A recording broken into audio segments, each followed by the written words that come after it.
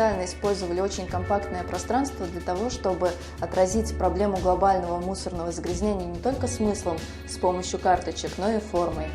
Попадая сюда, человек оказывается в эпицентре глобальной проблемы и понимает, что именно он должен стать частью ее решения.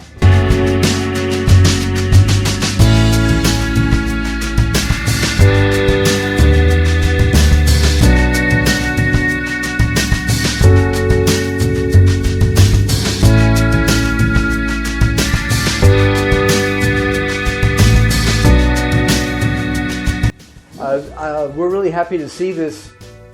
Most museums are about the natural world, and here we see what the human world is, and this is what really the future is the trash in the ocean.